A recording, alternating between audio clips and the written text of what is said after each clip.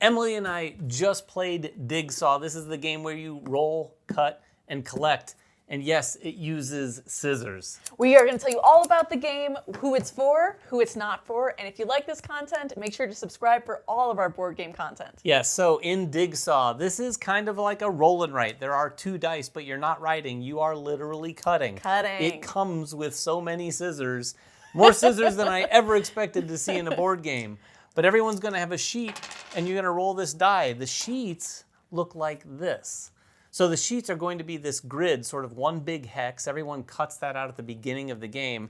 And then across the hex, there's going to be a series of lines, blue, green, or red.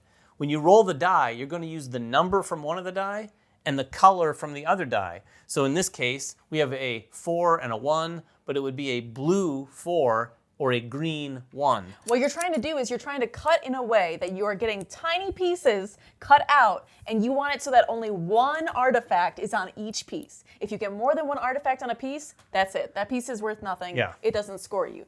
But if you can dig up just one artifact at a time, those are going to score you points at the end of the game.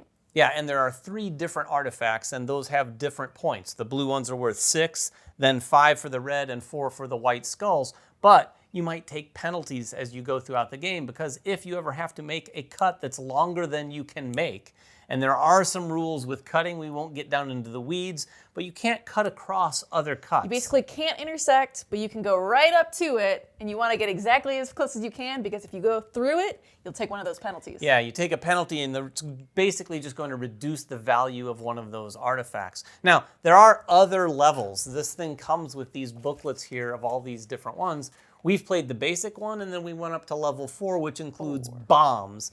Bombs you have to extract pretty much just like the artifacts. And whenever you're extracting, if you're ever cutting off a piece that has more than one artifact, that's junk. That just goes away. Those will not count. So it gets very tricky as you're cutting around this. You want to cut things off, but you also kind of want to resist the urge to do that, because sometimes just cutting a bunch of cuts so that you have a lot of options is another way to go. Well, and it's going to keep going, and it's going to end once everybody has cut to a place where they have only one thing left, right? So once you get to a spot where you're like, there's 2 on this, there's 2 on this, I just got to choose one, and then you're going to keep cutting until you have only one thing left.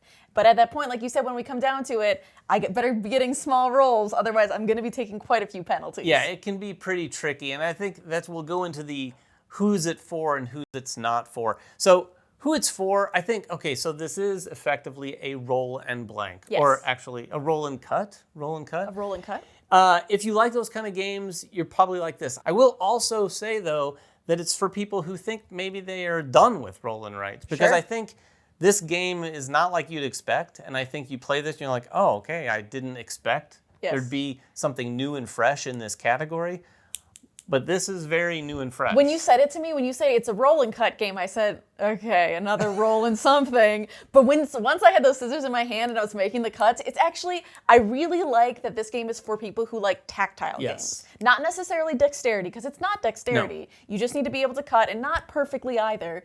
But that feeling, that tactile feeling of like actually getting to cut up the paper and feel it flimsying around in your hands, it's very fun, honestly. It is very fun. It's also very chill. I mean, it can feel very tense at times, because when you get down to it and you've made a ton of cuts in your paper, you're rolling those dice and you're thinking, okay, we can't have any more green 5s or 4s because I don't have any greens left that are that long to cut. So it can be very tense. And so on the flip side of that tactile nature and the spatial aspect, one person it might not be for are people who struggle or get frustrated easily with spatial puzzles. Not that this is a puzzle, but there's definitely a spatial element. If you don't like polyominoes or like Tetris-like things, this might give you a bit of a headache, because you're going through it and you're like, okay, I have a 2 green. Could I do it here? Could I do it there? And then there were times, David, in our game where you would cut and something would fall off. Yeah. And you were like, wait, what? I didn't think that was going to happen. In our first game, I was cutting around the edges and cutting chunks off as soon as I could.